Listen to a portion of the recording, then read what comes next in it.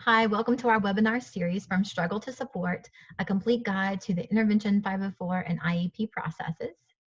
This series is sponsored by Revive Technologies. And in this section, we will be talking about the annual review of the IEP. So at this point in the process, your child has already been evaluated and found eligible for special education services. That initial first IEP has been written, and we're coming up on the end of the year of that first year of that IEP, and it's time to review the IEP and make changes, rewrite it for a new year. So let's get started. So again, the forms are the same. With this, since this is a review and not the initial one, I'm going to go into a little less detail. So if there's something that you have questions about, please feel free to pop back to the video that talks about initial IEPs because there's a little bit more detail there. So again, annual review, we are still talking about writing an IEP for about 1 year, and you're focusing on your child's strengths, the skills that you as a parent feel that your child is having deficits in, needs to learn, and then vision for the future. Again, that can be short or long term. Then we're going to talk about our present levels of performance. You may have those evaluations that were done the year before. The team has those. They're still current and relevant, so those can be used to help write the IEP, as well as you would have updated evaluations, informal evaluations that have been done by both the classroom teacher and special education teacher that you can document. And you're going to use that to write your present level. So now at this point, what can your child do? What can they still not yet do? And what do they need to learn based on the data? You're still wanting to find those most foundational skills and work up from there. So your expectation is that they've had a year of specially designed instruction. They're making progress. So you want to kind of ratchet up those goals. Some of the goals may stay similar, but they'll change. For example, a student may have a goal about decoding, actually learning to read words. So last year, Bobby's goal may have been that he would read CVC words, and he's mastered that. So now we're going to take that to the next level, and we're going to work on Bobby learning to read words with digraphs and blends. We're also going to document any medical information, again, if there's any diagnoses. And again, we want to describe how the disability impacts their progress in the general classroom. So again, something like that they require special designed instruction in a small group setting, they require repetition, modified curriculum, modified classroom environment, etc. Again, you have that section of yes, no questions. They're not all detailed out here, but you go through those. If there are any additional parent concerns that have come up as we've started to go through things, you would share that with the team, and they would add those back on the first section of the IEP.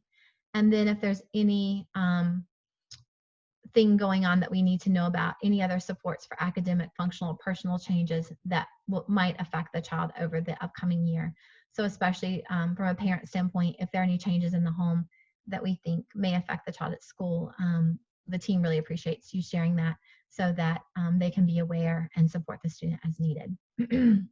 Again, your secondary transition section is detailed out for students who are 14, thinking about going into high school, and then 17, thinking about graduation from high school. And then we pop into our annual goals. And again, we want those to be clearly defined, measurable. We want them to be understood by anyone. So we want concrete. So we're not going to say Bobby will learn how to read. We're going to say Bobby, for example, Bobby will learn to read words with digraphs and blends with 90% accuracy. Or we may even want to be more specific and say, given a second grade level passage, Bobby will read words with digraphs and blends with 90% accuracy. We want to have numbers to it. We want it to be measurable because that is necessary for us to be able to track his progress and tell if he's making progress towards those goals and if it's at an appropriate rate. And again, we want the goals to be understood by anyone so that if there was a change of school for your child or a change of teacher, that new person can pick the information up and keep right on going with it. Then again, we're going to talk about the services based on our goals and those areas requiring specially designed instruction. We're going to have service. So if we have reading goals, we'll have time for that. If we have math, we'll have time for that. So we'll put how many minutes we need based on the goal, and then also the location. So we want to know, is it going to be in the general education classroom or special education classroom? Again, that's dependent on the types of goals that they are, the needs of the child, if they need a smaller setting to work on those goals. And we're always trying to do that to have the least restrictive environment, to keep them in reg ed as possible, but also respecting the needs of the student. And then your duration is going to be for 1 year, just like the IEP typically. Then this section is for related services. So if your child is receiving OT, speech, PT, any of those, that's going to be documented here, as well as we are going to discuss whether or not the child actually needs direct services. So being pulled by the speech therapist, for example, or if they just need support. If the speech therapist needs to pop into the classroom and check in on them periodically to make sure that they're carrying over skills that they've already learned, or if we need to be providing support for the teacher for them to be able to continue to work on those skills with the student in that setting.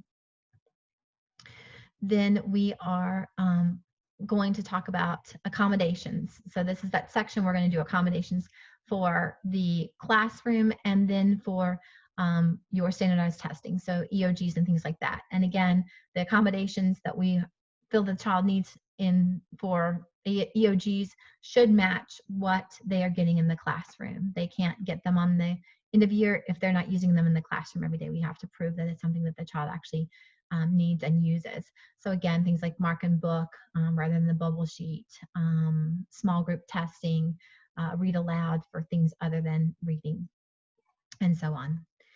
Then if a child is not taking the typical end of year testing, we explain why that's necessary. And then if we are removing the student from the general education classroom at all, we have to detail out why. So why, if we're removing Bobby from the regular education classroom to the special education classroom to work on his reading, why do we need to do that?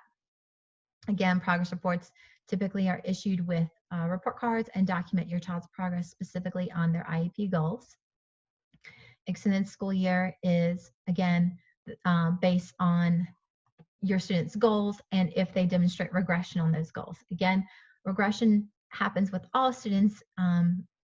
All gen ed students have some regression no matter what, but we're looking at if they're able to make up what they've lost within a reasonable amount of time, and there's a formula for that. So if we see that a student does regress but can pick it back up pretty quickly along with his peers, then we don't have a basis for ESY. But if we see that he or she does not pick up those skills back as quickly, then we do have a case for ESY.